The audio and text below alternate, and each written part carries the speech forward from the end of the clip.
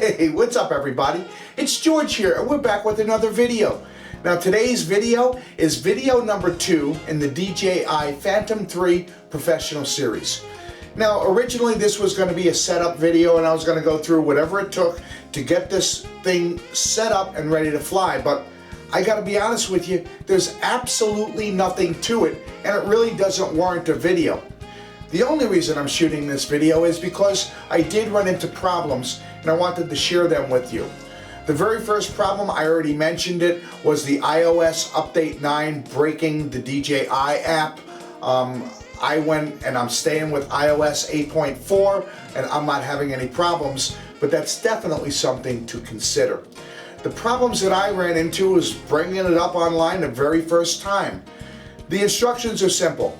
You start up the radio, you start up the quad, you start up your iPad and launch the app. And when you do, you go into video mode and you can see the video, you can get to all the configuration screens, and that's all I wanted to do for the very first thing. Well, what I did is I followed their instructions, but the problem is that every time I tried to see the video on the iPad, it said disconnected. I looked it up online and some other people had this problem and their recommendation was to update the firmware in the quad.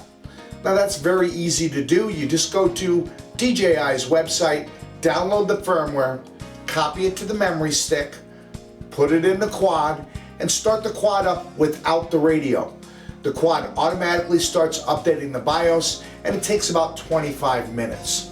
When it was done, it created a file. It wouldn't let you know whether it was successful or not. I checked my file, it said it was successful, but it didn't need to do the update because I already had the latest BIOS.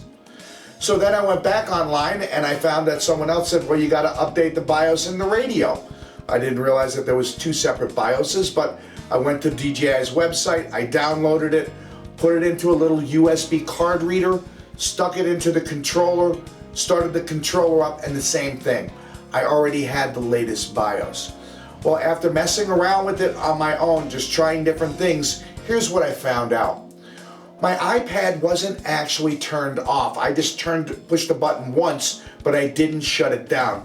So in essence, it was actually running the whole time. So what I was doing was I was starting up the controller, which starts up the iPad, starting up the quad, and by that time the iPad went back into sleep mode, start up the iPad, launch the app, and it wouldn't work. Well, that's because the sequence wasn't correct.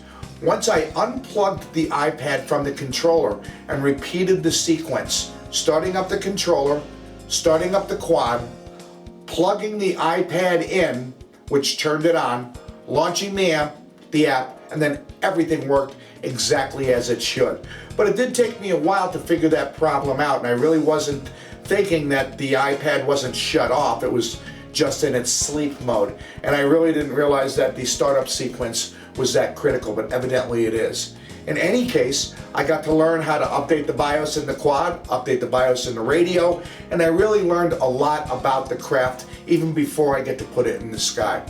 My plan was to put it in the sky after the weekend. Over the weekend I had family come in, but Monday we had 30-mile-an-hour winds, Tuesday 35-mile-an-hour winds, and today it's raining. So before the end of the week I'm going to try to get out and fly it. I mean, it's all ready to go. All I need to do is have some good weather and take it out for its maiden flight.